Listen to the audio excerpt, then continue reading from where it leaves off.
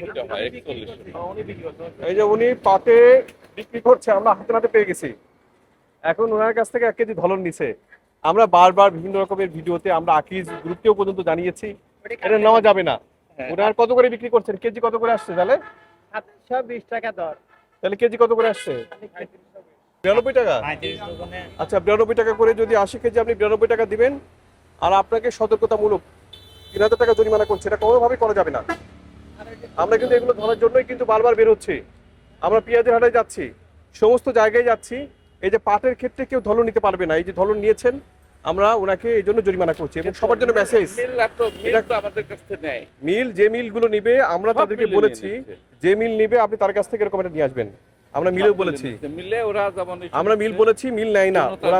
না আমি বলি ওরা 600 গ্রাম ওদের করে টেম্পারেচার কাটে। আছে, টেম্পারেচার আছে, সেই টেম্পারেচারটা ওরা আলাদা কাটে। আচ্ছা ওকে, টেম্পারেচারে যেটা কাটবে আর এটার উপরে আপনি কাটবে না। টেম্পারেচার কাটলে